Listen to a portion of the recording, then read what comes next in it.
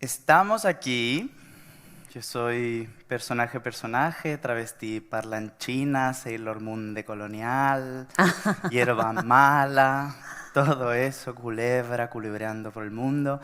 Y les doy la bienvenida una vez más a Insumises y concretamente a esta conversación con, una vez más, porque a Insumises he invitado todas personas a las que admiro, todas personas en las que busco reflejarme también a ratos, revivo y me derrumbo también, me consuelo y me desconsuelo. Y están aquí conmigo hoy Camila Sosa Villada. Ya pueden volverse locas.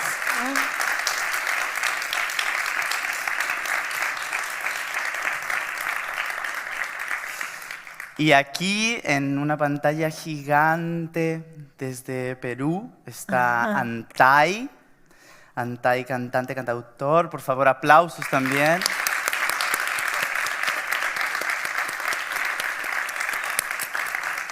Les recuerdo que esto, como de los aplausos y el volverse así un poco locas, tiene todo el sentido del mundo, porque están viendo a travestis sobre un escenario, hablando entre ellas, en un acto de gran generosidad ante ustedes. Así que no sé por qué no se vuelven como más locas, pero no pasa nada.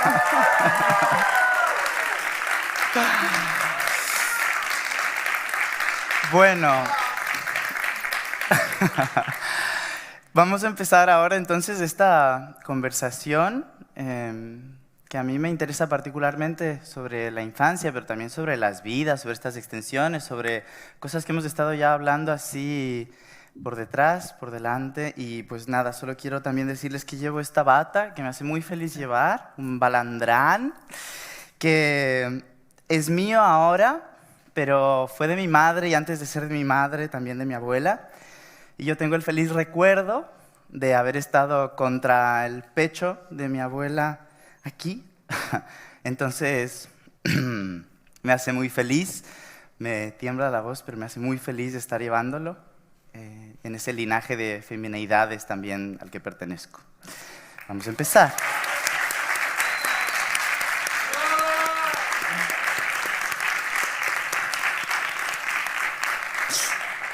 Bueno, Camila, aquí estás y aquí has llegado a esta conversación que propongo y de la que haremos lo que queramos. Bien. ¿Por dónde nos lanzamos primero? Bueno, que fue de Madonna, tengo el recuerdo de estar en el pecho de Madonna, sí.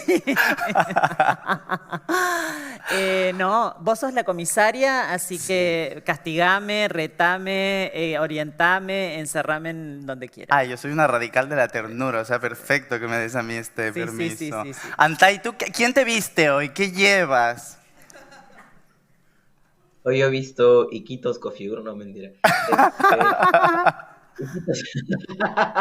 Iquitos es un departamento del Perú, donde de hecho mis amigos me regalaron esta camisa, me la compraron. Y un día mis dos amigos trans llegan y me dicen como, mira bebé, lo vimos y pensamos en ti y te la compramos, y yo cada vez que la uso pues me acuerdo de eso y de lo maravillosos que son mis amigos trans y del amor que me dan siempre. Entonces sí. Significa un montón. Me encanta este momento así de hablar de la fama de quien nos viste, ¿no? Ya la pero que mande salsa huancaína, que mande... Ay, ojalá. Voy, la hago. Claro, qué puedes ir rico. preparando, es como un Claro. talk show de cocina casi. Cocina travesti sería ya, imagínense. Bueno, estamos aquí también para hablar sobre las infancias y habíamos estado, bueno, las infancias y desordenarnos, obviamente. Pero habíamos estado conversando sobre qué son las infancias y qué es el hablar sobre la idea de familia, qué es hablar sobre la idea de la crianza. Yo me lanzo primero a decir que, bueno, estamos usando unos términos a los cuales hay que reconocerles sus herencias. Vienen de unos lugares que expulsan a unos, a unas y a unes y a otros les dejan estar dentro. Venimos también de usar unas palabras que yo creo que seguiremos usando, como dice Iki Joss, hasta que formulemos otras, hasta que encontremos otras referencias de otros lugares donde asentarnos. Pero mientras tanto, hacemos aquí en el misterio. Bien.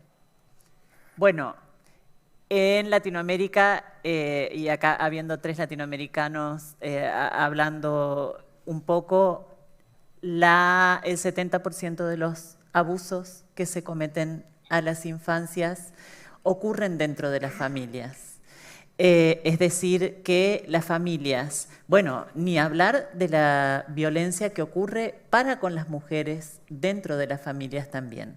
Es decir, que es un término que nosotros podríamos detonar, abandonar también y pensar en otros términos que nos funcionen, sobre todo cuando nuestros lazos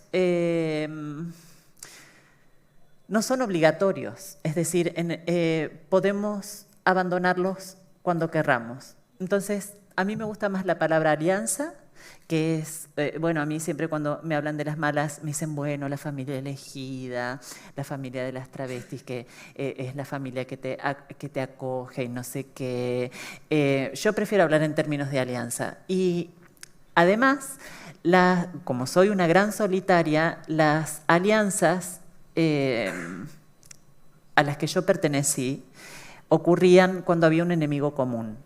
Es decir, un cliente violento, la policía, el hambre, una enfermedad. Entonces aparecía una alianza y se disolvía. Y el hecho de que eso no sea perdurable y que eso no pueda cristalizarse, como se cristalizan casi todas las instituciones en el mundo, hace que sean muchísimo más honestas que el término familia. Antay, ¿tú qué término usas? ¿A qué te suena este hablar sobre las familiaridades? Yo sí soy bien familiar. Soy, soy el contrario. Creo que me ha ayudado muchísimo reinventarme la palabra, ¿no? Y reinventarme también qué tan dispuesto estoy a aceptar qué cosas, cuáles son mis límites, cuáles son mis posibilidades también. Sí, una de las cosas que no me imaginé de pequeño era que yo podía hacer esto justo que estoy hablando. Yo pensaba que estaba atado a un círculo familiar para siempre, ¿no? Y cuando tuve problemas en casa por ser trans y básicamente como me botaron y tuve que salir y fue así como dolorosísimo, otras personas trans me abrieron las puertas de su casa y me dijeron como, ven, quédate con nosotros una temporada, hagamos algo, veamos cómo lo logras en la vida. Y desde ahí, o sea, ya han pasado 3 años desde eso, no ha sido mucho. Y mi vida ha hecho como, es otra cosa y estoy como enormemente agradecido con todas las personas, sobre todo trans, que me abrieron las puertas de su casa, que me tendieron la mano y con las que hasta ahora mantengo una relación de amores. No sé, yo siempre digo que son mis amores trans, no necesariamente porque tenga un vínculo sexoafectivo con ellos, pero sí un vínculo afectivo que, no sé, trasciende muchas cosas. Igual me gusta mucho tener claro nuestros límites y poder hablarlos también, es algo que hemos construido en el tiempo. Y ahora yo tengo una familia, tengo una esposa y tengo una hija también, entonces a mí me gusta decir que soy una familia también desde el molestar a las personas cis, que probablemente digan que lo mío no es una familia, ¿no? Que esa hija no es mi hija porque, no sé, no lleva mi sangre o que no es mi esposa porque no estoy casado por papeles, ¿no? Porque aquí todavía en Perú esos derechos son casi sueños. Entonces es complejo, pero a mí sí me gusta enunciarme desde ahí, desde darle la contra a todo un sistema que me ha dicho que yo no puedo hacer eso, ni aspirar a eso tampoco. Sí. Claro, me interesa cómo hablamos sobre este detonar también, desde una idea de buscar otras formas de hablar nuestras relaciones, no obligatorias, pero sí necesarias, sí también muy deseadas, y al mismo tiempo detonar a través de precisamente instalarse allí y sacar las ramas por donde necesitamos, desde esa maceta de la familia, ¿no? Yo pienso también mucho en el tema de la soledad, en la medida en la que, claro, a veces la gente a mí me pregunta, ¿quiénes son tus referentes? Porque has tenido una madre muy amorosa, una familia muy amorosa. Sí, bueno, yo tenía el privilegio de una madre amorosísima, una abuela amorosísima, un entorno muy amoroso, pero también en el que sentía pero por lo que me hacía ver el mundo, creo. Sentía una gran soledad, sentía la gran soledad de pensar que esos vínculos, eso que me sostenían, afectos con esas personas, era solo contingente. Es decir, que yo lo podía perder, que podía estar ahí o no, si descubrían qué. Entonces también yo digo, bueno, mi madre puede ser un referente, mi abuela puede ser un referente, pero también referente es mi soledad. O sea, el haberme pasado tanto tiempo escondida, el haberme pasado tanto tiempo pensando que era como una cosa rara, digamos, feliz o tristemente irremediable, ¿no? Pero única. Hasta que después como salí de eso y encontré que había otros bichos raros en el mundo. Y de estos que me encantan, ¿no? De estos que, voy a decir, me lanzo, somos. Pero bueno, pienso en estas soledades. No sé cómo ven ustedes este tema instalado aquí también. Desde nuestra vivencia, digo yo. ¿Querés hablar vos, Antay, o querés que responda yo? Tú me ves, yo tengo una pregunta, tú me ves de allá abajo, qué divertido. Sí, porque si no yo tendría que hacer así. Sí, pero así nos vemos. Qué bonito verles, qué bonito conversar con ustedes y hablando un poquito como de la soledad.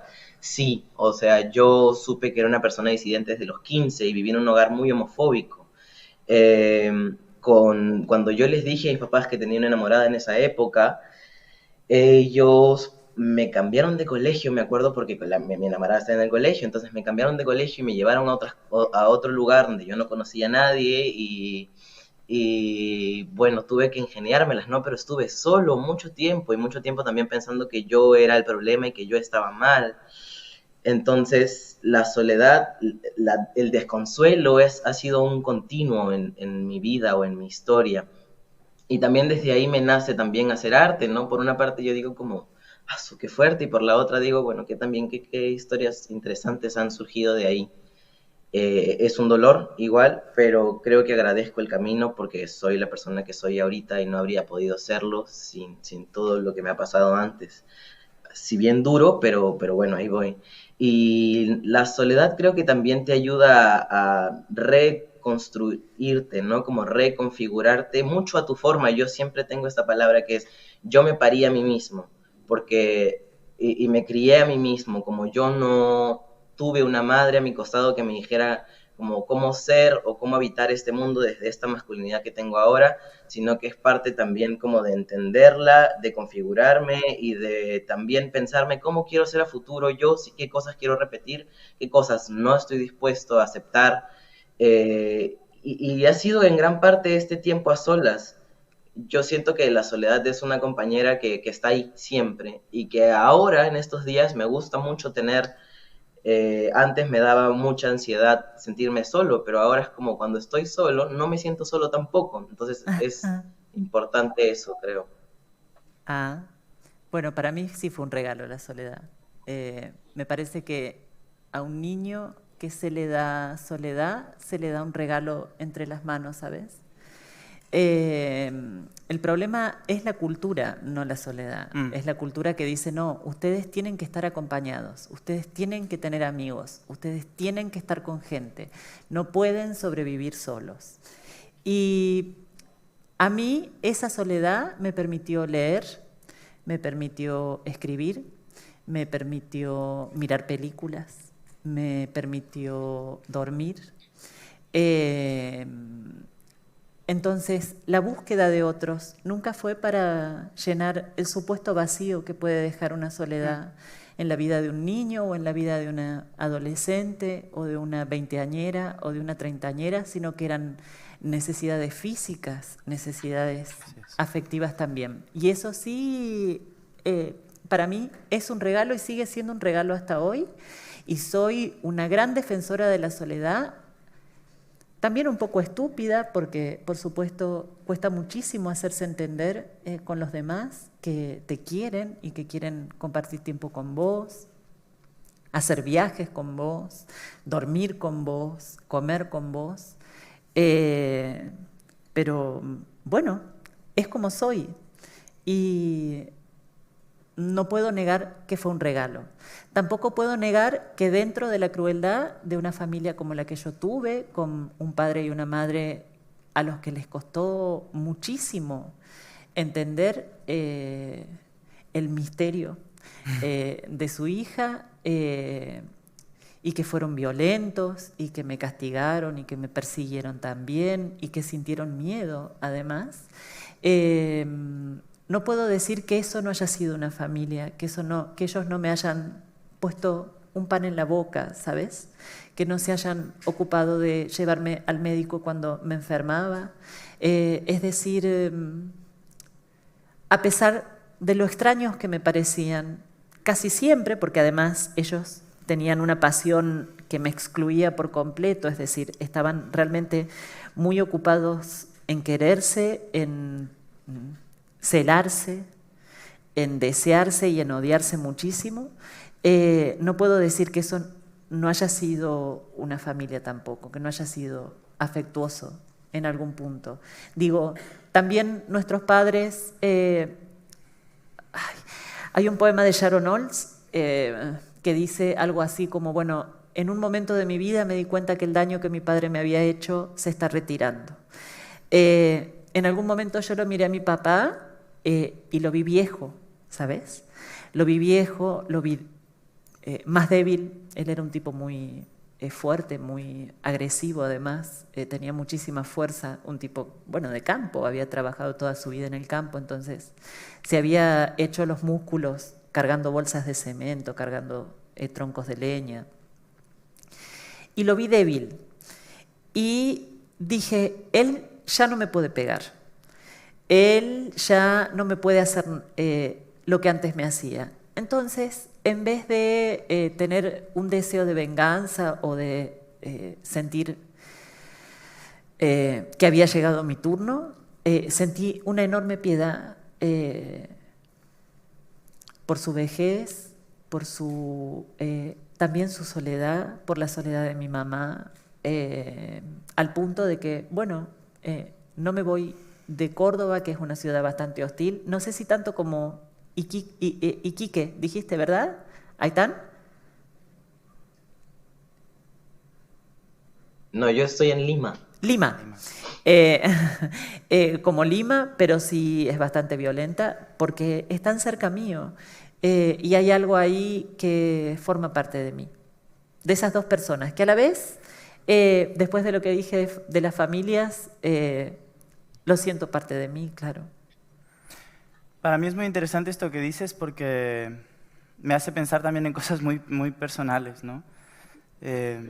Yo creo que en mi infancia fui en relación a mi padre, a mi entorno también, quizás también para mi madre, no lo sé, cosas por hablar, ¿no? Siempre quedará algo por hablarse. Pero a veces creo que fui una niebla aterradora, como una cosa difusa, extrañísima, difícil de sostener, ¿no? En eso que se esperaba de mi cuerpo, que se esperaba que yo fuese, y yo era una ternura muy afilada. Yo creo que esto provocaba mucha violencia en mi entorno precisamente porque no se sabía cómo cogerme, ¿no? De dónde agarrarme, de dónde y cómo hacerme parte de, ¿no? Entonces yo creo que también descubrí en el atravesar la violencia, en el descubrir sobre este cuerpo ya no, ni una sola vez más, al menos lo diré, ojalá ni una sola vez más. Entendí esa ternura que podía yo descubrir en el otro también. Claro. Esto que tú decías, ¿no? De ver al padre viejo o de ver a esas figuras de la violencia carcomidas también por esa angustia que les despertaba lo que en ellos faltaba y lo que en mí se desbordaba también. El tema, ¿sabes qué? Es pensar que nosotras estamos emancipadas solamente porque somos trans, solamente porque somos travestis. Me parece que todos estamos siendo violentados constantemente, incluso nuestros padres, incluso mi papá, incluso mi mamá. Es decir, el hecho de pensar que nosotras estamos un tanto más elevadas del resto de la sociedad porque hicimos esa transición, ese pasaje, esa migración, o como querramos llamarla, es de una ingenuidad muy grande. Estamos siendo violentadas por el sistema y esa violencia que vos decís, bueno, no va a ocurrir nunca más sobre mi cuerpo, en verdad está ocurriendo ahora mismo, claro en este mismo momento. Hay alguien que que te está comiendo. Hay alguien que se está alimentando de tu sangre. Y es gente que tiene nombre y apellido, además. Así es. Pero creo que en lugar de decretar casi, ¿no? Ay, qué horror decretar, no me gusta esa palabra porque se va como unos hipismos así peligrosos. Happy flower. Yo no soy una happy flower, yo soy una hierba mala, ¿no? Pero, bueno, pero el decir, ¿no? El sentenciar, ojalá ni una más, como si pudiese ser, ¿no? El ver unos imposibles que se realizan, ¿no? Unas ficciones realizadas también. Sí. ¿No? Hablábamos tú, por ejemplo, Antay, tú y yo hablábamos sobre este estar siendo, ¿no? Sobre esta cuestión del recorrido y de en relación, por ejemplo, a la crianza, ¿no? Hablábamos sobre desde un hacer, desde la duda, desde un no saber, pero que un no saber que no somete a una negligencia, no una violencia desde ese lugar, sino desde un permitir ser, un posibilitar, ¿no? Sí. Sí. Sí, yo escuchaba mucho lo que decía Camila y sí es cierto. Después de salir, yo creo que después de salir del núcleo familiar original y tener una visión como desde afuera, yo recién pude darme cuenta que mi papá tenía estas actitudes porque no había sido educado en inteligencia emocional. No es algo que tiene, y luego me empecé a dar cuenta como que no era solo mi papá, sino era la gran mayoría de hombres que estaba a su alrededor, como estas personas que portan la masculinidad tampoco han sido educadas en inteligencia emocional y no tienen los recursos que nosotros tenemos para lidiar con las situaciones que nos ha tocado lidiar en la vida. Y yo creo que ahí yo dije ya, o sea, ya, piedad, ¿no? Como, porque antes yo quería desaparecerlo todo, romperlo todo, irme, salir de ahí, y con el tiempo me he dado cuenta que no, o sea, que realmente quiero hacerlos parte de mi vida. Es complejo, sí, tenemos nuestros encuentros y nuestros desencuentros, pero creo que cada vez más están más claros nuestros límites. Entonces yo no pienso como que voy a cambiarlos ni nada, pero sin duda el amor ha sido, y su ternura creo que ha sido transformadora. Y yo, bueno, el estar siendo, creo que siempre lo pienso como desde la posibilidad de no definir nada, sino como que vaya formando su propio camino y su propio proceso, ¿no? Y así con cada una de las cosas desde mi ser, que no tiene un inicio ni un fin, no es que era una cosa antes y luego no sé, como que camino y luego, no sé, yo continúo caminando y la transformación, el cambio es constante. Igual con cada una de mis relaciones, y tengo la esperanza y espero que sea así también, como que cada una vaya transformándose entre lo más bonito, lo más hermosa que pueda ser, y que se cimiente, ¿no? Siempre sobre la ternura, sobre el amor y sobre el respeto mutuo. Creo que es interesante también, bueno, tú has mencionado el tema de la inteligencia emocional.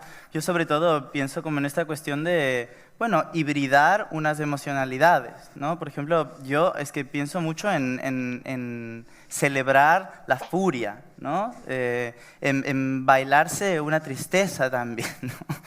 Como estos híbridos imposibles, como el mismo deseo del que hablábamos antes tú y yo, ¿no? ¿Qué es esta cuestión del deseo en nuestras carnes, en nuestras vidas, en nuestras turbulencias, en relación, bueno, pues a nosotros, a unas colectividades?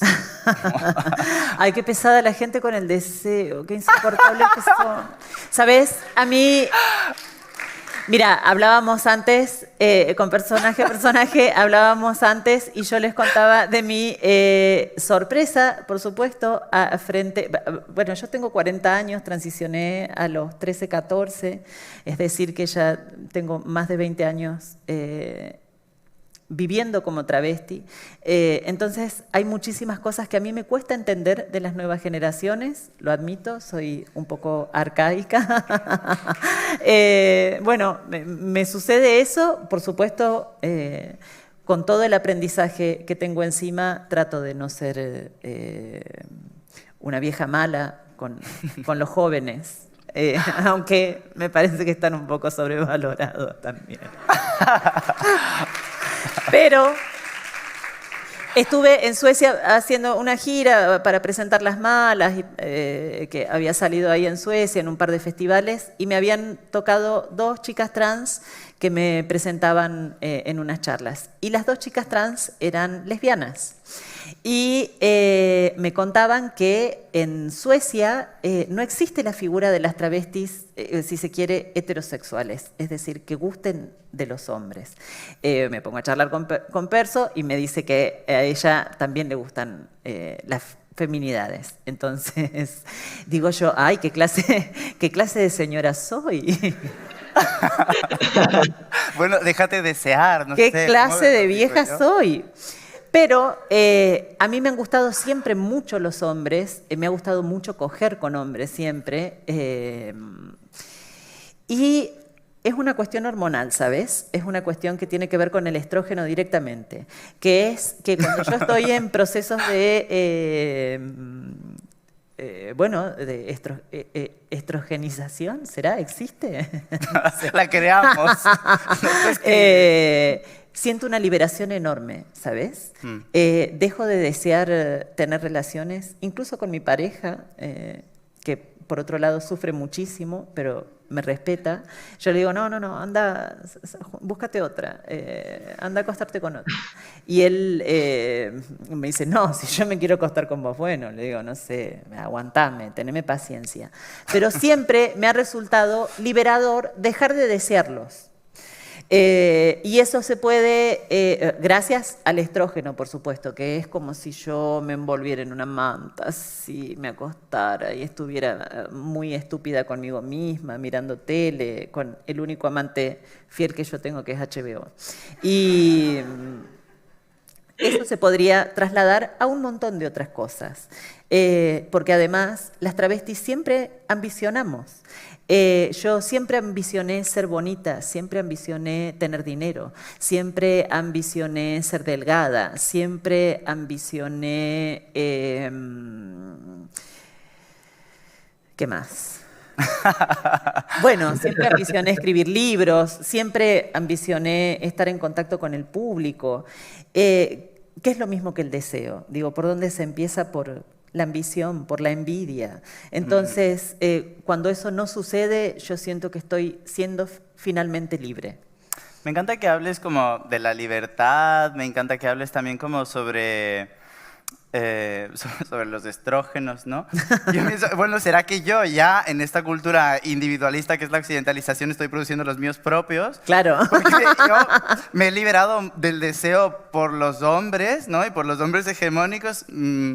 No sé cómo, pero se ha caído. Y te decía antes, ¿no? A mí, con la entrada de lo travesti, con el descubrimiento de lo travesti en mí, de esa travesti en mí que soy, se cayó la orientación sexual. O sea, se cayó la orientación sexual, se fue a Dios, pero llegó el encuentro con la orientación del deseo. O sea, de repente yo ya, ¿qué es esta cosa de la orientación sexual? No entiendo los magnetismos, no entiendo los líquidos, ahí no entiendo nada, pero sí hablo ya con mi deseo en este sentido. Ahí ha habido en mí una liberación. Cuando yo hablo de las feminidades, bueno, no sé, estoy hablando de hombres, mujeres, no, estoy hablando de feminidades, de eso que no es el hombre así Hay como tradicional. la Linda Quebrada dice algo como, bueno, si querés acostarte conmigo, amariconate. No Sí. importa si tenés pija o no, pero amariconate. Una cosa así. Claro. Sí, sí. Igual ustedes aplauden, pero si lo ven a mi novio es un chongazo personal trainer. Antai, el deseo. El deseo por uno mismo, el deseo de ser. Yo, no sé, nunca he pensado como en el deseo hacia mí, creo que me le corro un poquito. Mi esposa me corretea, pero como yo de por sí no sé, me hacía mucho sentido esto, como que de envolverse en una manta, de hacer lo que a uno le pulsa, de desear cosas. Yo tengo, ¿cuántos años tengo? 26 voy a cumplir. Ay, qué envidia. Soy parte de estos nuevos trans, esta nueva generación que está saliendo y muy joven. No sé qué tan sobrevalorado esté. Pero a mí me encanta como esto que dijiste desear, yo también ambiciono un montón, me sueño en muchísimos festivales, me sueño cantando por todos lados, me sueño viajando con mi música, me sueño como sonando hasta en la radio. Es lo caso porque la industria musical aquí en Perú, solo el 2% de peruanos escucha a otros peruanos producir música o hacer música o si son cantautores, lo que sea, como nuestra música en realidad no la escuchamos mucho. ¿La Probablemente sea música parte de todo. folclórica peruana? No, el indie Ah, peruano, como la música de autor peruana, como lo que hace Jorge Drexler, por ejemplo, o lo que hace el Kanka, ujú. ya eso acá como no se escucha mucho si viene de nosotros. Probablemente de los mercados de afuera sí, la gente se pega mucho con otros artistas más internacionales, ¿no? Pero apoyar las movidas como muy pequeñas y que recién están saliendo, eso todavía va ahí que quiere. Y sí, yo ambiciono muchísimo y me veo muchísimo y con suerte, así como tú en un par de años logre pues gran parte de lo que quiero. Este, el deseo para mí es fundamental porque me ha permitido llegar hasta aquí. Si no, no lo habría logrado. Yo me miraba todos los días en el espejo y evidentemente veía algo que todavía no me gustaba y deseaba verme, amarme más, verme realmente como yo quería. Entonces sí, creo que el deseo ha estado ahí siempre desde mí, ¿no? Hacia mí mismo y hacia otros. Yo también me pasa mucho esto que dices, Perso, que no, ya cuando empecé como a habitar mi cuerpo, mi ser trans, la verdad las orientaciones se me hicieron un poco como se me fue toda la orientación ahí. Yo ya a los días prefiero anunciarme como una persona pansexual porque me permite ser un poco más libre y un poco más consciente sobre mis deseos, sobre a quién brindo mis afectos, porque además, pesado un poco político sobre eso yo, estoy convencido que los hombres cisgénero han recibido o son quienes reciben amor comúnmente, como es más común el deseo entre personas cis, ¿no? Muy común. Entonces yo me esfuerzo, no me esfuerzo, a mí me nace amar a otras personas trans o amar a otras personas disidentes. Además que también es un alivio para mí mismo porque no tengo que estar explicando cosas ni educando a nadie. Entonces también es una forma de cuidarme, siento, y sí me identifico mucho con lo que decías, Perso. Hemos dicho también, bueno, hemos dicho, me lo he inventado yo y aquí estamos. Bueno, es así. Acabamos de decir. Bueno, a ver, yo digo cosas. Yo sobrevivo en este mundo por esta, no por esto. Yo digo cosas. En fin, soy una culebra, lo he dicho antes. La nana es canción protesta, decíamos antes, ¿no? Tú en tus textos evocas unas infancias, aparecen unas infancias, ¿no? De hecho, cuando he hablado sobre el niño solo y la soledad, pues he pensado, claro, yo esto lo he leído en algún lado. Te recomiendo leer a Camila.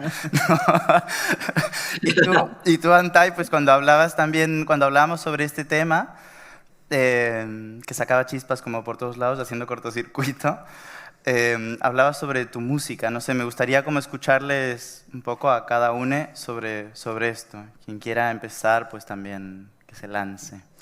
Bueno, yo en las malas digo algo así como nadie ha dormido nunca si una travesti no le ha cantado una canción de cuna, una cosa así. Bueno, pero era una mamada literaria, ¿eh?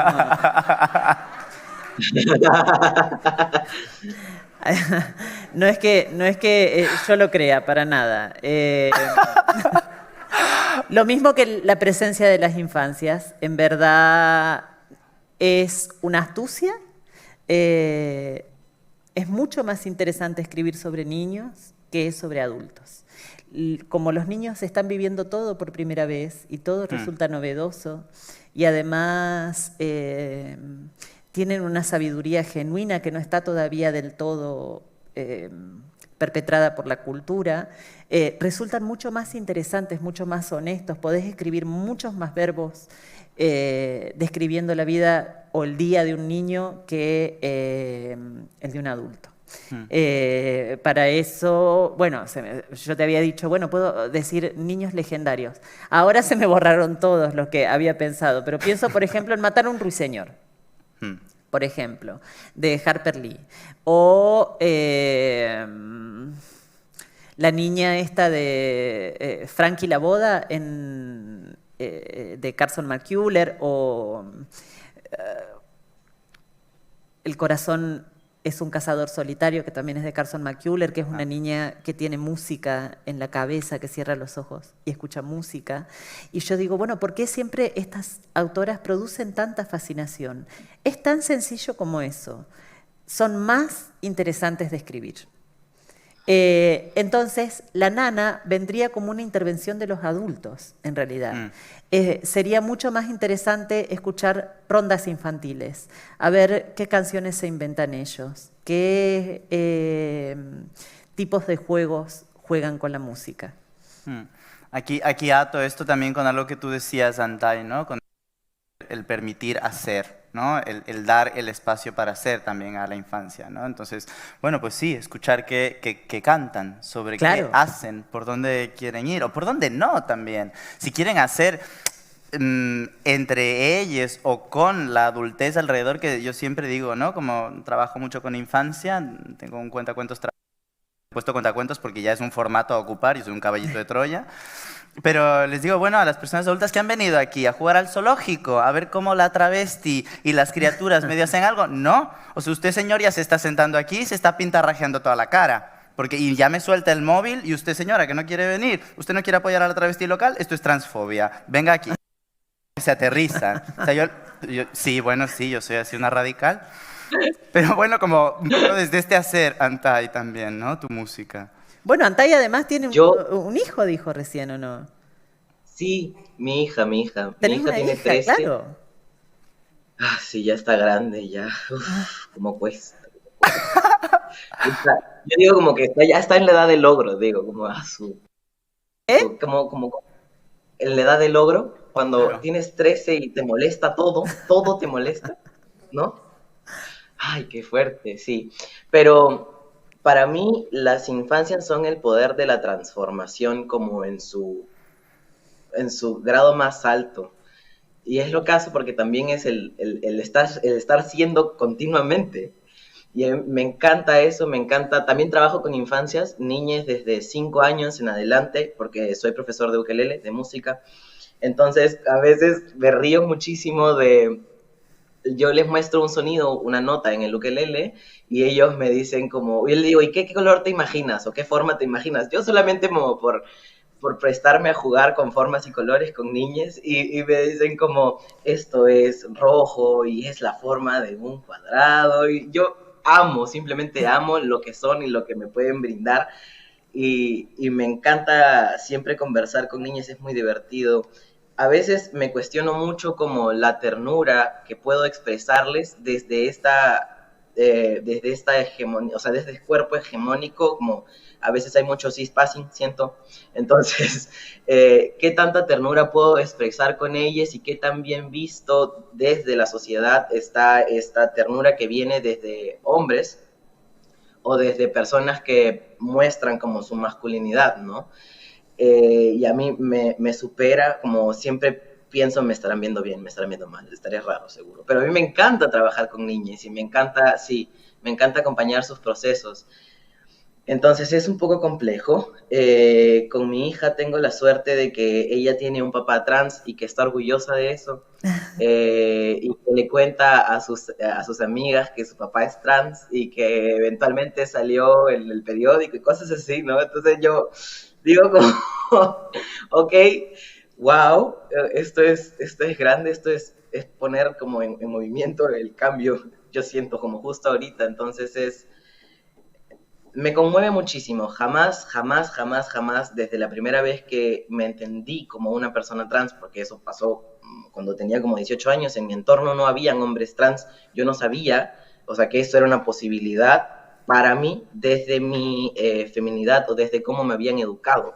Yo no sabía que le podía decir como que hay cosas que no me gustan y hay cosas que no quiero cumplir socialmente, entonces vais. Ver a una sola persona trans me permitió, o sea, trans masculino, me permitió entender que yo también era eso y que quería como, que me encantaba y que quería ser parte de todo este cambio, movimiento, de todo este cuestionamiento.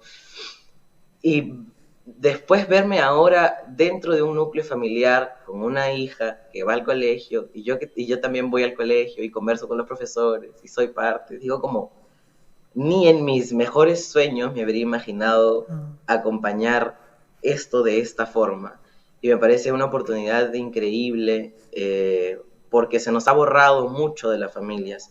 Hasta hace poco, si no son un año, 2 años, yo me enteré que tenía una tía trans que se fue a Argentina a trabajar porque la familia no la aceptaba, no quería saber nada con ella, entonces se fue y allá falleció. Y yo recién me enteré de esto porque, obvio, la familia no quería que nadie se entere, ¿no? Entonces lo cerró, lo enmascaró y se inventó otra historia, qué sé yo. Y yo digo, ¿cuánto bien me habría hecho saber y sentir que no estaba solo, que no era el único, que tenía una familia o un amor trans dentro de mi familia que me hubiese podido abrazar, apoyar, dentro de los momentos como más álgidos de crisis, de cuestionamientos. Entonces, creo que es reivindicativo, creo que es la palabra, enunciarnos dentro de la familia y ser parte de las historias familiares, ser parte de los cuentos, de las alegrías de las infancias también. Sí. Yo cuando voy a mis cosas, ¿no? Voy montada por la calle, o sea, yo travestí sin maletas, entonces yo voy a arrastrar una maletita y me cruzo así la ciudad. A veces tengo ganas de ir en taxi y no lo hago porque no tengo, pero otras, bueno, pues que también... Pero ahí me tenés gusta. que hacer así. Sí, bueno, yo tengo piernas largas. Bueno, yo voy más por aquí. Lléveme, por favor. Pues lo voy a poner en práctica porque me lo ha dicho Camila. Pero, güey, ¿cómo me distrae esta persona? Te gusta, te gusta. Yo no voy a decir que no. Pero bueno, lo que decía es que yo voy por la calle y me recreo mucho, me recrío también en el saber que me están viendo estas criaturas. En su domingo familiar, yo voy cruzando por la mitad y me ven. Ya lo han visto. El daño está hecho. Ya han visto ese travestorro pasar ahí. Ya han visto el travestorro pasar por el medio de papá y mamá y saludar a papá diciéndole buenos días, viéndole muy firmemente a los ojos. Y a mamá hacerle un... Ya está, ya ha pasado. No sé, como para mí también aquí hay algo muy poderoso. Y yo creo que también, pues a mí me hace bien. O sea, yo pienso la primera travesti que vi y donde se me quedó. O sea, Claro. se quedó ahí. Se quedó ahí y echó raíz en esto, más o menos. Ahora, yo les pregunto a les dos. ¿No sienten que nuestros padres, nuestros maestros, nuestros profesores, nuestros abuelos, nuestros tíos, no pensaban también que nosotros y nosotras y nosotres íbamos a cambiar el mundo? Es decir, esa experiencia puesta sobre las infancias, ¿no es un poco desligarse de las responsabilidades que a nosotros nos tocan? Hoy hablábamos de las infancias, entonces yo tengo la obligación, que te la dije además por mail. Mira, bueno, me voy a ganar la antipatía de todos. Total, mañana me vuelvo a Argentina. En Argentina, cuando empezó el debate del aborto, cuando empezó el debate por la ley del aborto legal, seguro y gratuito, aparecieron las figuras de los pro vida, que decían, bueno, nuestra lucha es por los niños por nacer, ¿no? Entonces, es como poner una lucha a futuro que todavía no se está librando. Entonces, cuando se habla de las infancias trans, sobre todo, cuando se habla de esa infancia que es a futuro, más allá de las que existen ahora, sino esas que todavía no están, que no han nacido. Yo pienso, ¿por qué todavía no nos ocupamos de las viejas? De las que están deterioradas por la silicona, por el SIDA, por la sífilis, por la pobreza. ¿Por qué todavía seguimos apostando a algo que no existe, teniéndolas al lado? Y además, ninguna de todas las cosas que nosotras y nosotros hemos hablado hoy acá podrían haber sido posibles sin todas esas que nos repelen además, porque creo que detrás de eso hay una enorme transfobia todavía. Bueno, no me gané la antipatía, está bien. Digo, es nuestra obligación como travestis jóvenes, como travestis sanas, como varones trans sanos, pensar en esas viejas e intentar repararlas. Porque a vos te hechizó una travesti cuando eras niña, porque a mí me hechizó una travesti cuando era niña, porque vos viste un hombre trans siendo un adolescente, entonces te pudiste ver parecido a alguien. Entonces sí es necesario que reparemos, y esa reparación es económica. No viene de ningún otro, no viene de la bondad, viene de algo tan malo como el dinero. Pero lo digo porque en mi país, aparte, los activismos se empiezan a ocupar de eso, de las infancias. Y yo digo, bueno, todavía no ocurren, y las que ocurren estamos acá. Es decir, las podemos tomar de las manos, podemos decir no estás sola, podemos decir, bueno, tu experiencia no va a ser terrible, vas a ver que en algún momento todo se va a ordenar, etc. Pero a esas viejas nadie les está dando una mano. Y eso me parece terrible. Sí, a mí me parece que también habla de algo que Antay y yo comentábamos en relación como a este surcir, ¿no? Este ir tejiendo en relación, o sea, en unas extensiones también sobre estas formas de hablar sobre cómo nos relacionamos. O sea, en este cómo nos relacionamos, pero no solo igual con las que están por venir, con las que son ahora y son una hora y no el futuro y la expectativa puesta sobre sus hombros, sino también de esas que venimos y sin saber. O sea, yo he pensado también este espacio como un espacio para hablar sobre los nombres robados, ¿no? Los que nos han arrancado, los que no conocemos y los que no conoceremos, porque hay unos abismos sobre los que hay que empezar a construir estas reparaciones. Sí, económica, claro que sí. Sí. Sí. Sí, me quedo pensando. Y sí, aquí en mi país es muy violento existir, resistir. Yo odio la palabra resistir, porque habla mucho como que el esfuerzo que tenemos que hacer nosotros para mantenernos vives en un sistema que nos detesta. Entonces, pero sí, es complejo. Acá los activismos también medio que se encargan de eso. Yo siento que siempre estoy tejiendo, como decía mucho Perso, con otras personas trans. Parte de mi apuesta musical es encontrarme con otras personas trans ya adultas y caminar juntos, si se dedican a algo, a lo que sea, como hacerles parte de mi proyecto también, y empezar como a unir fuerzas en eso, en este mundo que de por sí es bastante violento con nosotros. Y eso creo que nos brinda espacios de cobijo, de amor. Luego conozco algunas personas trans bastante mayores y me impresioné la vez pasada de conocer a otras personas más, pero sí, siento que es un espacio en el que tenemos que dirigirnos más, son personas a las que tenemos que escuchar un poco más y conocer un poco más, así que lo tomo como apunte para la vida, porque es importante. Yo, podría hacerme así como el elegante y como que no está pasando nada, pero acaba de aparecer aquí en esta pantalla una cuenta regresiva, tipo va a explotar una bomba, ¿no? Y esto quiere decir que nos quedan 9 minutos 30 segundos. 29, 28. Contamos 17, hacia atrás. 16. No,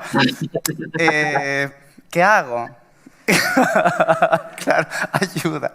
¿Qué hacemos? Bueno, ¿Y ahora qué hacemos? No sé, quizás, una cosa en la que insisto, ¿no? Como entender que el tiempo siempre es insuficiente, ¿no? Que sí. Siempre nos falta tiempo de unos tiempos robados. Hay una copla salteña que se llama la vida es triste y amarga, Para el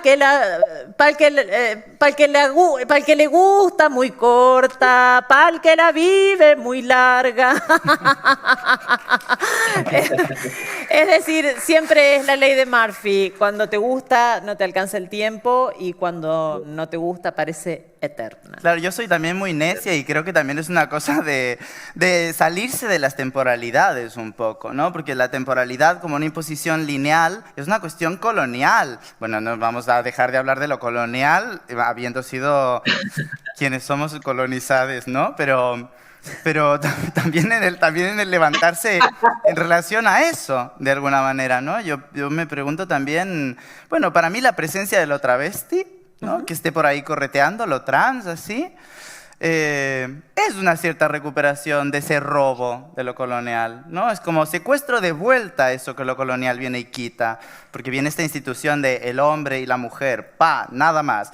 Pues mira, ¿y esto cómo está pasando? ¿Y esta hierba mala qué? Entonces quizás también con los tiempos hay algo que podemos repensar de esta manera. Bueno, a mí me gustaría aprovechar esos 7 minutos 36 segundos que quedan para hablar sobre el archivo de la memoria trans, que es un archivo fotográfico que se hace en Argentina gracias a María Belén Correa, Magali Muñiz, Carola Figueredo, Caro Ibarra, Cecilia Estalles. Ellas lo que hacen es recuperar fotografías de travestis de hace bastante tiempo, detienen el proceso de deterioro, no las mejoran, es decir, no es que intervengan para que esas fotografías queden bonitas. Si están dañadas, es hasta ese punto de daño y ahí la conservan. Es, yo creo, lo más interesante que hay en este momento en Argentina respecto a las artes visuales. Estuvieron acá en el Virreina, me parece, haciendo una muestra. Además, han editado libros que afortunadamente se han agotado. Y son, además, las que me regalaron la tapa de Las Malas. Así es.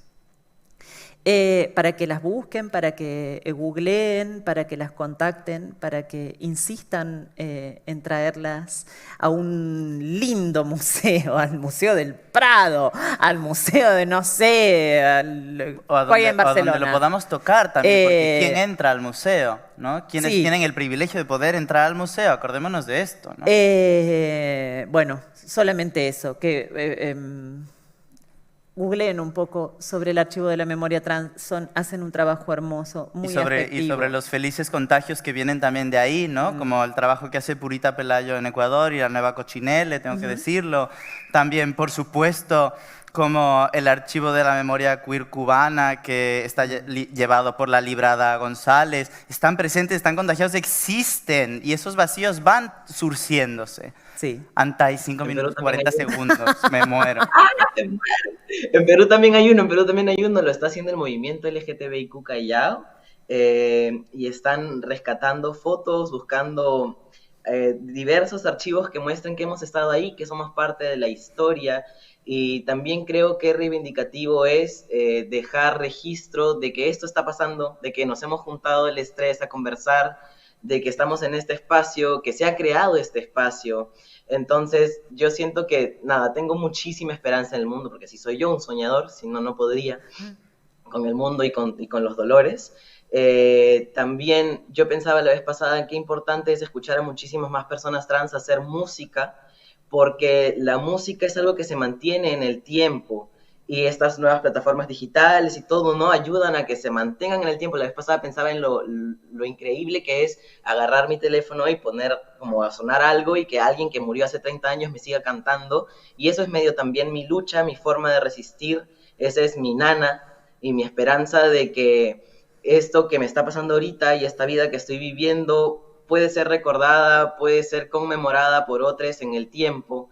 Y también, bueno, qué suerte la mía sería inspirar a otras personas trans a seguir haciendo música y a seguir creando a través de nuestros sentires y a vernos ahí en los espacios en los que nadie se imaginó que podíamos estar siquiera.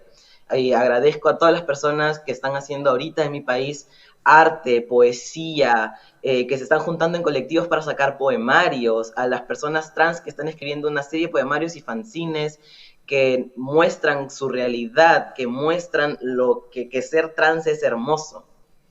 Y esa es nuestra lucha.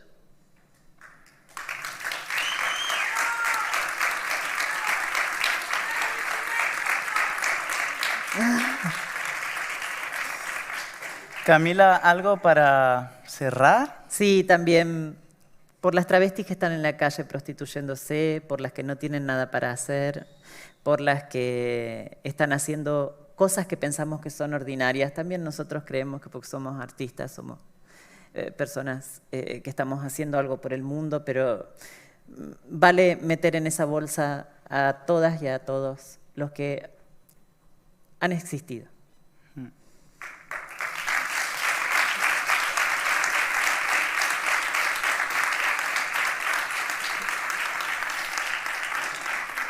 Pues nos quedan 3 minutos, pero sobre nuestros tiempos también me parece poderoso que decidamos nosotros, que se queden ustedes con las ganas, que sepan que hay más, que las hierbas malas van a seguir. Entonces les dejo estos 2 minutos que les sobren a ustedes. A nosotros ya nos faltan de por sí. Que les sobren a ustedes. Muy bien. Claro que sí, esta culebra nos iba a quedar callada. Gracias, gracias por venir, gracias por escuchar. Y ya desvíense del todo, desvíense. Muy bien. Chao, Antay. Chao, Camila, qué gusto escucharte. Tengo muchísimos amigos que se mueren por ti. Adiós, Antay. Adiós. Camila, Adiós, muchas gracias. Adiós. Adiós.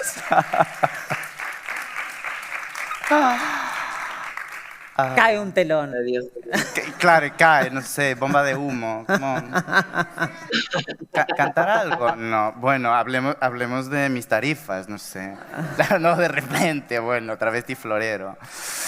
Yo encantada, mira, si estoy aquí, yo encantada de travesti florero. Pero... Ay, no, mira qué bonito este. Pensé que lo habían sacado, pero no, mira qué belleza. Casi habría sido mejor hacerlo sobre, ¿no? Como sentadas así sobre el... O metérselo dentro también puede ser interesante.